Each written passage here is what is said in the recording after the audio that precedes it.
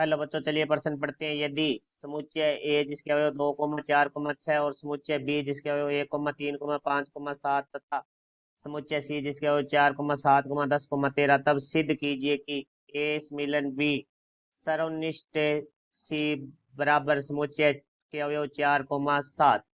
मुख्य अवधारणा। तो हमारा जो प्रश्न है वो समुच्चय से संबंधित है। तो देखो, हमारे पास एक समुच्चय एक्स है जिसके अवयव है हमारे पास ए कोमा बी, और एक समुच्चय हमारे पास वाई है जिसके अवयव है हमारे पास ए कोमा बी कोमा सी। तो देखो भाई, हमारा जो एक्स है सम्मिलन वाई है वो होगा हमारा एक्स मिलन वाई का अर्थ है कि एक्स और वाई के सभी अवयव जो दोनों में आ रहे हैं वो एक बार लिखे जाएंगे। तो ए कोमा बी कोमा, ए और बी वाई में आ रहे हैं तो नहीं लिखा जाएगा। फिर सी, तो एक्स सम्मिलन वाई होगा वो होगा हमारा समुच्चय ए कोमा बी कोमा सी। फिर हम बात करते हैं एक्स सर्वनिष्ठ वाई, अर्थात एक्स और वाई में जो उभयनिष्ठ अवयव है वो हमारे एक्स सर्वनिष्ठ वाई कहलाते हैं। तो समुच्चय ए कोमा बी दोनों में उभयनिष्ठ है हमारे पास है, तो ये हमारा एक्स सर्वनिष्ठ वाई है। तो अब हमारे प्रश्न के बारे में बात करते हैं।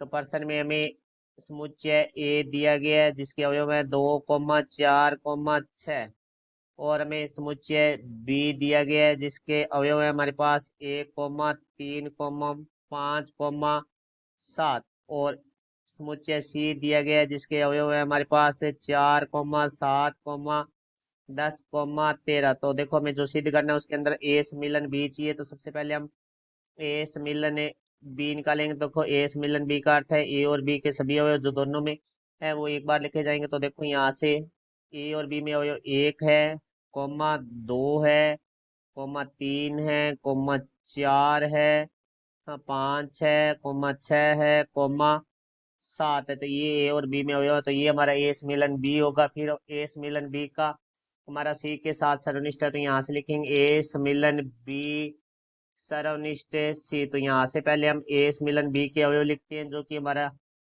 1,2,3,4,5,6,7 सर्वनिष्ठ सी के जो हमारे अवयव हैं वो हैं समुच्चय के 4,7,10,13। तो देखो, दोनों के जो उभयनिष्ठ अवयव है वो हमारे सर्वनिष्ठ कहलाएंगे, समुच्चय कहलाएगा। तो देखो, दोनों में सर्वनिष्ठ है वो हमारा है 4,7। तो देखो, यही हमें सिद्ध करना था जो कि हमारा हो चुका है। तो ये हमारे प्रश्न का उत्तर हुआ। मैं आशा करता हूँ समझ आया होगा। धन्यवाद।